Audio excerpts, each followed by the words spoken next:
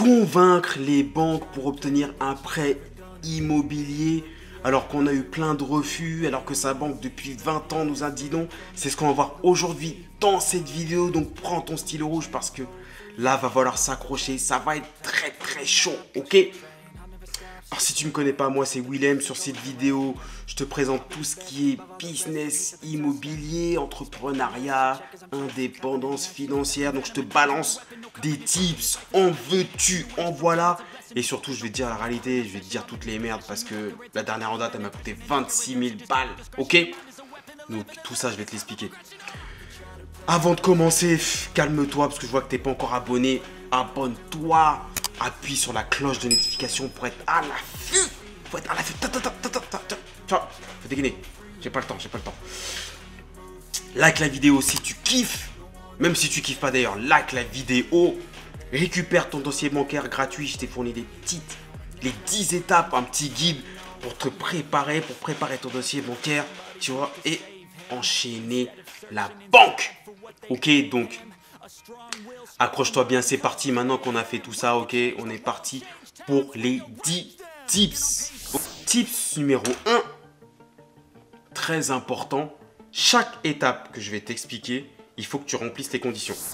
Si tu ne fais pas ce que je te dis dans les étapes et que tu passes à l'autre, ton dossier s'affaiblit. Donc plus ton dossier est faible, plus tu dois apporter de l'oseille, plus tu dois apporter des explications, plus tu dois apporter des preuves. Plus ton dossier est confident? Yes, I think so. Tu as moins de preuves à donner, tu as moins d'apport à donner, ok? Je vais t'expliquer ça dans un des tips. Donc, très important que chaque tips, tu les suives étape par étape et tu dises, ok, il m'a dit ça, j'ai noté ça, je remplis déjà les conditions de ce tips, je peux passer au prochain, ok? Très important. Mets-toi en situation d'investir. Trouve un job. J'ai eu des élèves et tout qui m'ont dit, écoute, Willem, j'ai pas de job, je peux investir. Je suis au chômage, je peux investir. Je suis étudiant, je peux investir. Moi, je vais pas te dire comme certains youtubeurs ou mes collègues, ouais, tu peux investir, tu pars de rien. Tu t'es levé un matin, tu étais par terre, tu te lèves, tu investis. Non. Il y a des prérequis. Trouve un job, passe ta période d'essai, prends CDI. Ok, on y va. Après, tu peux investir si tu es au chômage, si tu es avec quelqu'un qui a un job. Tu peux investir même si tu es au chômage tout seul, ou si tu es étudiant, etc. Mais bon, moi, je te recommande de vite, le plus rapidement possible, de trouver un job, de te mettre en situation, de ne pas commencer à investir alors que tu n'es pas en situation d'investir, même si c'est possible. Hein. Mais voilà, sécurise le truc, quoi. Mets-toi en situation d'investir ou mets-toi bientôt en situation d'investir ou investis avec quelqu'un qui est en situation pour enlever ce risque-là, ok? On va pas commencer à se mettre des bâtons dans les roues dès le début, ok? Nettoie ta situation bancaire personnelle. Arrête les crédits conso, arrête les découverts, arrête les dépenses farfelues qui ne servent à rien, ok? Crée un compte dédié à l'épargne et fais des virements tous les mois. Ouais, je suis au SMIC, fais même un virement de 5-10 euros, ok? Il faut commencer petit, tranquille, ok, tranquillement. Mais me sors pas d'excuses. J'ai pas tant avec les vidéos avec des excuses. Me sors pas d'excuses, nanana, me sors pas d'excuses. Mais de l'épargne, commence à mettre de l'épargne de côté, même si c'est un petit peu. Applique la technique 50, 30, 20. 50, ça ne doit pas dépasser l'ensemble de tes charges obligatoires. Loyer, impôts, tu es obligé de les payer. Il ne faut pas que ça dépasse 50% de ta capacité, de tes revenus. 30% d'épargne, ou 20. 30 ou 20. 20% de loisirs, 30 ou 20.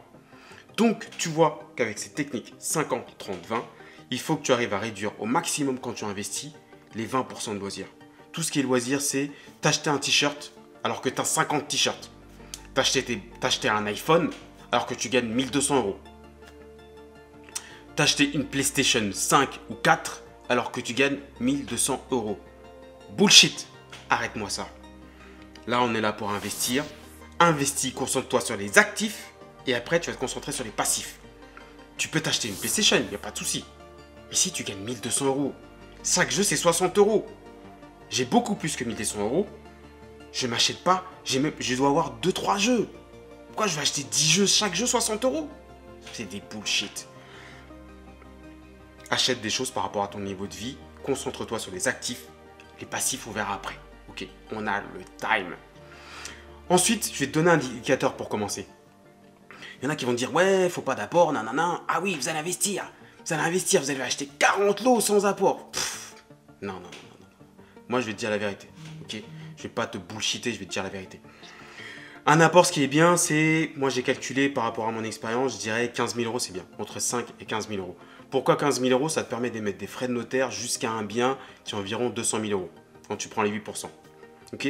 Donc ce qui est bien, c'est d'avoir les frais de notaire, parce qu'aujourd'hui la vie est dure, c'est très chaud, Covid, nanana, c'est chaud de faire descendre 10%. C'est possible, je dis toujours que c'est possible, mais ça devient compliqué. Donc prépare les frais de notaire, même si tu mets 0 €. Même si tu avances, les frais de notaire, tu pourras les récupérer. Je t'expliquerai, j'ai pris ça dans une vidéo. T'inquiète, toujours la solution. Au fait, t'as ton stylo là, prends ton stylo, note, qu'est-ce que tu fais? Note. Donc c'est bien d'avoir entre 5 et 15 000 €. Mais c'est possible avec 0 €.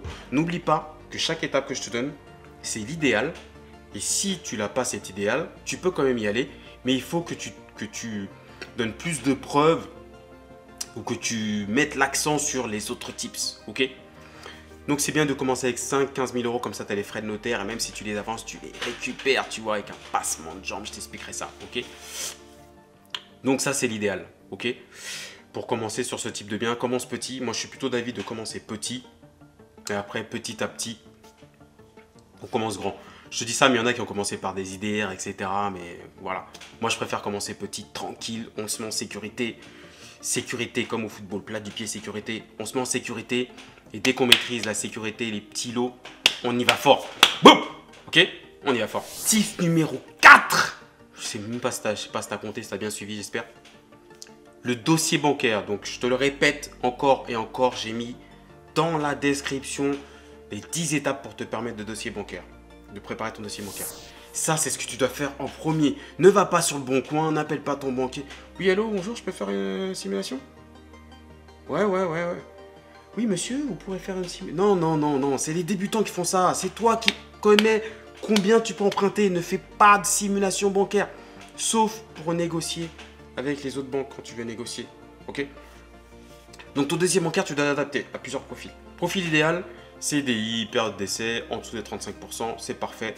Tu insistes que tu es en CDI, que ta situation est stable. Insiste bien dans ton dossier bancaire, tu le rappelles que le CDI aujourd'hui, c'est vraiment la situation la plus stable. Tu es en dessous des 35%, tu respectes les nouvelles règles. Je sais même plus comment ça s'appelle, HS machin. J'en ai rien à foutre, moi, de ces règles. Moi, j'investis et j'essaye quand même de lancer mon dossier. À quoi ça sert de se dire, oui, il y a les nouvelles règles, je suis bloqué, mais comment? Je m'en fous, je tente. Je tente et c'est en tentant qu'on va me donner des refus. Là, j'adapterai mon dossier. Dis-toi qu'il y a toujours 20% et en fonction du type que je vais te donner après, je t'expliquerai. Mais c'est pour ça qu'il faut que tu restes jusqu'au bout. Je t'expliquerai qu'on peut outrepasser les règles, tu vois. Bref, qu'est-ce que je disais? Oui, adapte ton dossier bancaire à ton profil. Si tu as un profil idéal, tu insistes. Si tu as un profil atypique, comme le mien, moi j'investis avec 0 bilan, 1 bilan, 2 bilan. Voilà, qu'est-ce que j'ai expliqué? J'ai dit que moi dans mon cas, j'avais la même activité que ce que je faisais quand j'étais en CDI. J'ai dit que c'était une continuité. Et ce que j'ai fait quand j'avais pas beaucoup de bilans, j'ai demandé des bilans intermédiaires, j'ai demandé à mon comptable de me faire des attestations de rémunération parce que la banque, ce qu'elle aime bien, c'est des revenus réguliers. Elle aime bien la régularité en fait. Donc savoir que par mois, elle peut identifier ton revenu. Peu importe ce que tu fais, retiens intermittent, indépendant, etc. Il faut que tu retiennes que la banque, elle se dise, ok, par mois, il gagne tant. Donc, il faut que tu arrives à prouver avec des documents, des bilans, des attestations EXAF, tout ce que tu veux, que tu gagnes un certain revenu par mois. Quand tu me donnes l'ensemble de tes documents, il faut que j'arrive à identifier un revenu que tu gagnes par mois. Donc ça, c'est très important que tu arrives à lui prouver ça. Quand tu es en CDI, donne donc les 3 dernières fiches de paye et ta fiche de paye de novembre, décembre. T'as bien retenu? Il est où ton stylo? Je te vois pas, je te sens endormi. Réveille-toi. Prends ton stylo et note, quand tu es en CDI, 3 derniers relevés, fiches de paye, novembre et décembre, parce que là, on voit la partie imposition. C'est madame qui pourra expliquer ça mieux que ça. Mais... Madame, Non, elle est pas là. J'ai fait la vidéo tout seul. Des fois, je suis bête. Bref, elle est pas là. Mais elle m'expliquerait ça. Elle m'a expliqué ça qu'il faut demander novembre et décembre parce qu'on voit toute la partie imposition sur toute l'année, machin. Bref, voilà. Ça, c'est si t'es en CDI. Donc, très important d'adapter ton dossier bancaire et d'insister sur tes points forts. Si tu as des points faibles, tu recules, tu limites. Voilà, tu les expliques pas à fond. Tu les expliques pas à fond. Et tu mets des preuves. Tips 5, les preuves. Là, c'est un tribunal. Dis-toi, c'est un tribunal. La banque, c'est le procureur. Dis, mais monsieur, vous me demandez 200 000 euros alors que je ne sais pas comment vous allez louer votre bien qui va vous rapporter 1000 euros. Votre bien va vous rapporter 1000 euros. Ah bon? Où est l'estimation locative? Elle est où? Bah écoutez, je l'ai pas. Je ne vous prête pas. Dossier clos. Voilà, vous voyez? Vous avez un peu l'idée? Vous avez vu un peu l'idée? Il faut apporter des preuves. Je dis que ma colocation, par exemple, me rapporte 1000 euros par mois. Il faut que je donne 2 estimations locatives de 2 agences différentes qui montrent que ça me rapporte 1000 euros par mois. Et là, c'est là qu'il faut un réseau très important. Tu auras temps de t'en constituer un réseau. Il faut que tu aies un agent immobilier pour dégainer vite. Il faut que tu aies un artisan pour dégainer vite. Il faut que tu aies un notaire pour dégainer vite.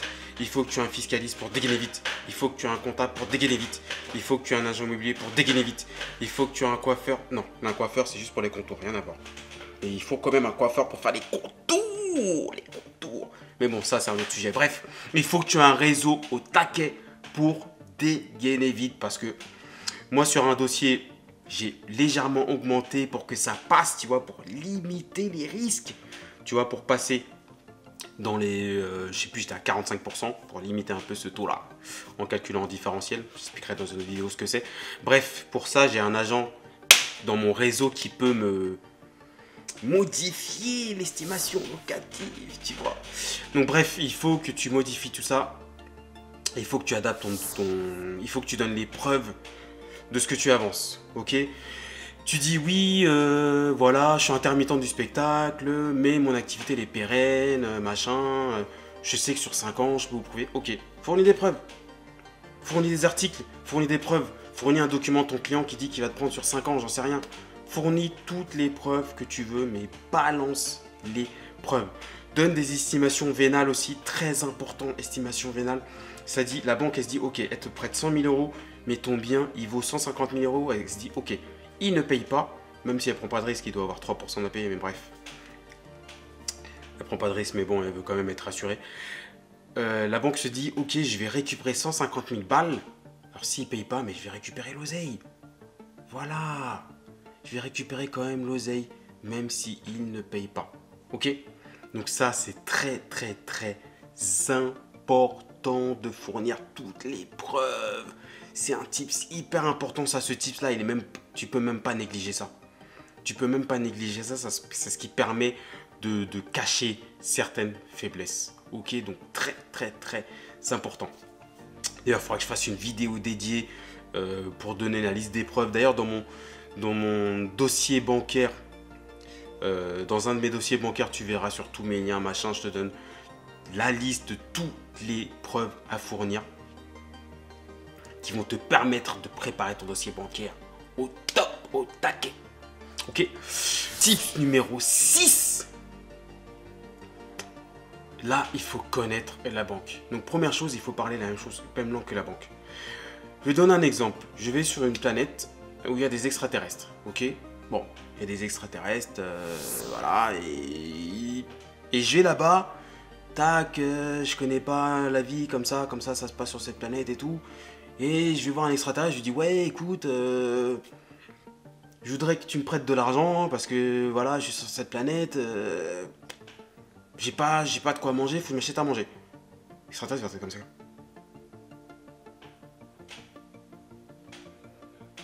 Il va pas comprendre ce que tu dis. La banque c'est pareil. Il faut que tu saches que c'est une hypothèque, un PPD, un différé total, un différé partiel, un IRA, indemnité de remboursement anticipé. Une IRA c'est mieux. Une IRA, intérêt intercalaire, blablabla, bref. délégation, machin, machin. Qui décide? Il faut que tu saches tout ça en fait. Il faut que tu parles la même langue de la banque pour pouvoir l'appréhender plus facilement. Quand tu parles la même langue que quelqu'un, c'est plus facile de demander des choses. Tu vois? Pareil, si tu t'adresses à quelqu'un qui ne peut pas parler et qui fait le langage des signes, tu vois, moi j'aime bien parler avec le langage des signes. Comment tu veux lui demander quelque chose si tu n'as pas le langage des signes? Il faut parler la même langue, très important. Ensuite, il faut savoir ce que la banque aime. Il faut connaître ses produits. La banque, elle s'en fout, il faut que tu dises un truc. Elle s'en fout du crédit immobilier. Elle s'en bat. D'accord? Elle s'en bat. Pourquoi ça coupe quand je dis ça? Elle s'en bat. Bon, bref. Tu m'as compris. La banque, elle s'en fout. Ok? Donc le crédit immobilier est le même. Donc si tu vas voir la banque et tu lui dis, ok, bonjour, je voudrais un crédit immobilier de 505 000 euros, je ne mets pas d'apport, je garde tous mes comptes chez moi, je veux juste que vous me prêtiez un crédit immobilier, et en plus, je veux que vous me disiez, s'il vous plaît, oui, vous, parce que je vous apporte un super projet. Non mais c'est pas, tu vois bien que c'est pas sérieux. C'est pas sérieux, ok, c'est pas sérieux. Donc il faut que tu saches que la banque elle veut. Donc le crédit immobilier, elle s'en branle. J'ai rien dit, elle s'en fout. Crédit immobilier, elle s'en tape. Donc elle veut tes comptes, elle veut que tu prennes tes cartes bleues, elle veut que tu prennes des assurances de prêt. Tu peux prendre l'assurance de prêt, hein. Tu dis oui, oui, après tu changes. Elle veut que tu prennes des produits bancaires, des assurances vie, des PEA, machin, machin, machin, etc. Donc, par rapport aux tips que je t'ai donné juste avant, plus ton dossier est fragile et limité, plus il faut que tu fournisses des éléments, plus il faut que tu fournisses des produits. D'accord? Plus il faut que tu mettes de l'apport. Donc, plus tu es tendu, plus c'est tendu, plus il faut que tu fournisses des produits. Plus tu es pressé, par exemple, combien de biens on a été voir, combien de banques on a été voir, il reste un mois, c'était la merde, machin. Mais on est obligé de lâcher des trucs. On n'a pas le choix. Donc, il faut que tu saches ce que tu peux lâcher quand tu veux voir une banque. Il faut que ça, tu en sois conscient. Est-ce que tu peux donner tes produits, tous tes comptes? Est-ce que tu peux prendre une assurance de prêt? Est-ce que tu peux donner des assurances vie? Est-ce que tu peux ouvrir un PEA? Moi, là, j'ai dû ouvrir un PEA. La banque, elle m'a terminé sur un de mes projets. J'ai dû ouvrir un PEA, une assurance vie pour moi, pour madame, des PEL pour mes enfants, etc. Mais j'étais à plus de 1,2 million. Il m'avait prêté 1,2 million sans rien me demander. 1,2 million sans rien me demander. 600 000 euros avec 0 euros d'apport. À un moment donné, il faut raisonner gagnant-gagnant. La banque, c'est un partenaire. C'est pas quelqu'un que tu vois, machin, tu lui demandes de l'oseille et terminé. C'est un partenaire. Vous avancez ensemble. D'accord? Il te prête de l'argent, tu fais tes investissements immobiliers, tu te fais des revenus passifs sans rien faire ou un peu bosser.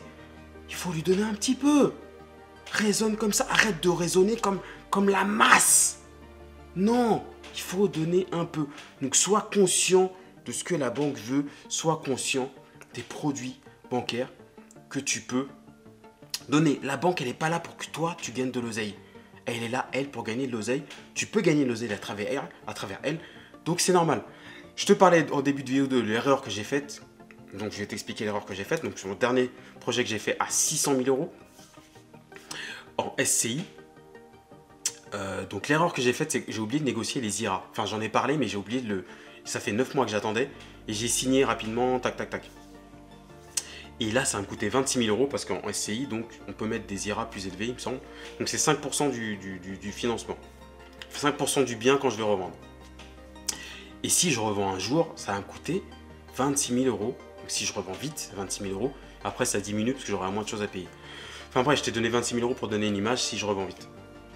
Et ça, ces éléments, j'aurais dû les négocier. Mais je ne vais pas négocier trop fort parce que la banque, voilà, elle me prête, elle m'a sorti de la merde, elle m'a sorti une offre au dernier moment. À un moment donné, je ne vais pas leur dire « Merci, vous m'avez sorti une offre au dernier moment, je vais payer 0 euros d'IRA. Voilà. » En plus, j'ai pas mis beaucoup d'apport pour celui-là. À un moment donné, il faut être raisonnable. Soyez raisonnable. D'accord? Donc, soyez conscient des choses que vous pouvez donner à la banque. Donnant, donnant. Ok? Voilà. Donc là, tip numéro 7, la balance. La balance. Vous voyez, vous avez une ligne imaginaire. Donc là, cette partie-là, j'ai les points positifs. Cette partie-là, j'ai les points négatifs. Ok, point négatif, point positif, point négatif, point positif. Point positif, négatif, positif. Oh là là. J'ai dit, mais il est fou cette vidéo, dans cette vidéo. Ouais, ça fait longtemps que j'ai pas tourné. J'ai le droit d'être fou, non? J'ai le droit de kiffer. Tu kiffes ou pas? Prends ton stylo, n'oublie pas, prends ton stylo. Bref, point positif, point négatif. En gros, la banque, elle fait quoi? Elle a un logiciel. Elle rentre tous tes petits éléments. Elle rentre les points positifs, elle rentre les points négatifs. Le but, c'est d'avoir plusieurs points positifs et de toi de te retrouver là, à l'équilibre, d'être à zéro, d'accord? Dis-toi que tu dois être à zéro. Donc, c'est pour ça que je te disais tout à l'heure, quand tu as beaucoup de points négatifs, il faut les combler avec des points positifs ou des preuves. Les points positifs, c'est quoi? Je demande un crédit sur 15 ans, durée courte. Je mets 100 000 euros d'apport. Point positif. Je demande un crédit sur 25 ans, 0 euros d'apport, je demande 1 million, c'est un point négatif. Quand je dis c'est un point négatif, il faut raisonner, il faut se dire que c'est un risque. C'est risqué pour la banque. D'accord? Donc c'est moins 1. Plus 1, moins 1. Je suis en CDI, j'ai fini ma période d'essai, tout va bien, point positif. Je suis en CDI, j'ai pas fini ma période d'essai, point négatif. Je suis au chômage, point négatif. Je suis étudiant, point négatif. Voilà, c'est une alerte. Donc, le but, tu auras compris, c'est de cumuler les points positifs. Quand tu es dans cette partie-là, point négatif, il faut fournir des preuves ou l'expliquer. Bien l'expliquer dans le dossier bancaire, on fournit plein de preuves pour que ce point négatif arrive ici. Ou même bascule ici.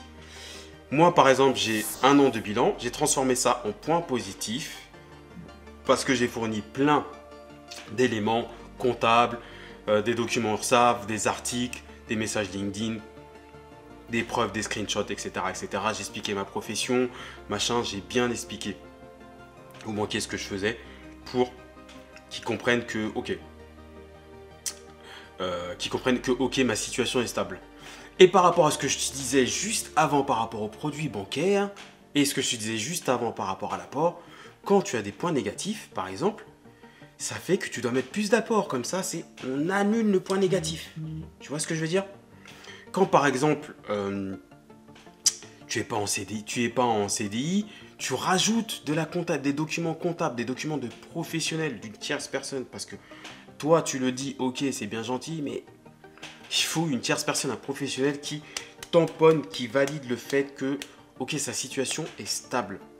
Donc, tu vois, la balance est très importante et il faut que tu sois au final à l'équilibre. Donc, tu prends une feuille et tu notes, ok, tous tes points positifs. J'emprunte sur un tas, c'est un point positif. J'emprunte de ce côté, c'est un point négatif. Et il faut que tu saches aussi quels sont tes points négatifs ou points positifs. Je suis au-delà des 35%, c'est un point négatif. Je suis en dessous des 35%, c'est un point positif. J'investis dans ma résidence principale, c'est un point positif. C'est facile à expliquer. J'investis dans une colocation, c'est un point, c'est pas que c'est un point négatif, mais il faut l'expliquer, il faut que la banque comprenne, etc., etc. Donc très important de maîtriser les balances, maîtriser les produits bancaires et donner l'apport qu'il faut bien quand ta balance est négative. Tu vois ce que je veux dire? Être les groupes, connaître comment fonctionnent les banques. Je vais te donner un exemple. Par exemple, une banque qu'on va appeler HB et l'autre qu'on va appeler B machin. Ok? Il faut que tu dises que HB, c'est la même chose que B machin. Il faut que tu dises que telle banque va vers telle société de cautionnement. Il faut que tu dises que telle banque, si tu vas solliciter telle banque, parce que tu vas en avoir plusieurs, elles vont vers la même société de cautionnement. Dis-moi si ça t'intéresse. Dis-moi si ça t'intéresse cette information dans les commentaires. Je te dirai qui va avec quoi, machin. Moi, je ne vais pas le dire ici. Parce que il faut que tu maîtrises les groupes de qui avec quoi, machin, quelle caution. Parce que quand tu vas voir la banque, très important. Parce que si tu as un refus avec une banque et c'est monté à la caution, c'est là que tu vas avoir des soucis en fait. Donc si tu ne maîtrises pas ce schéma-là, quelle banque est avec quoi, tu vas être emmerdé. Embêté. Il faut faire attention comme on parle quand même. Attention comme tu parles. Ensuite, quelle banque aller voir? Il faut que tu ailles voir les banques régionales pour pas que ça monte au siège, pour avoir des décisions en agence. C'est ça que tu dois faire en fait. Ne va pas voir les banques nationales. Va voir les banques qui sont à côté de là où tu investis. Va voir les banques de riches dans les villes les plus proches. de là où tu investis. Va voir les banques qui t'ont été recommandées par un ami ou qui ont déjà fait passer des dossiers comme ce que tu veux faire. Va voir aussi les banques, même si c'est très loin, mais il faut que ce soit recommandé. Et les banques de riches, etc. Et les banques régionales, vraiment, qui sont pas loin de chez toi. C'est une autre transition pour le tips numéro 9 pour l'interlocuteur, donc directeur de banque ou conseiller pro. Pourquoi voir ces conseillers pro directeurs de banque? Parce qu'en fait, eux, ils ont des décisions en agence. Donc, quand tu vas voir une banque, il faut que tu dises, ok, bonjour, attendez,